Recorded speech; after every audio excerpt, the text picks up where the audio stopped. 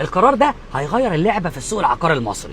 في 1/7 اللي هو عيد ميلادي برضو، البنك المركزي اصدر قرار بالتشديد على التوريق لكل الوحدات اللي تحت الانشاء. طب يعني ايه توريق اصلا يا بولس؟ ببساطه كده التوريق ده هو ان المطور كان بياخد الشيكات بتاعت حضرتك اللي حاططها كاقساط على 7-8 سنين ويبدلها بسندات وبيقدمها للبنك يقدر يستفيد بيها بسيوله ماليه علشان يقدر يبني المشروع او الكومباوند بتاعنا.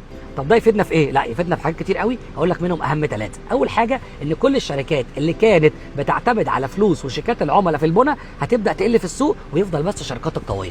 تاني حاجه هيقلل قوي طرح المشروعات الجديده اللي كلنا كنا بنشتكي منها، ان كان بين كل طرح وطرح في طرح ثالث، وان كان في بعض الشركات المطوره بيطرح المشروع الاول قبل ما يشتغل فيه يطرح الثاني، قبل ما يشتغل في الثاني يطرح الثالث، ولف بينا يا دنيا. ثالث حاجه هيساعد على استقرار السوق العقاري المصري، وكمان هيخليك انت كعميل مطمن انك وانت بتشتري مع اي شركه ان الشركه دي ان شاء الله هتقدر تسلم المشروع في ميعاده. طيب عشان تعرف القرار ده بيقول لك ان ده وقت الشراء ولا لا، اعمل فولو للصفحه واستنى الفيديوهات اللي جايه.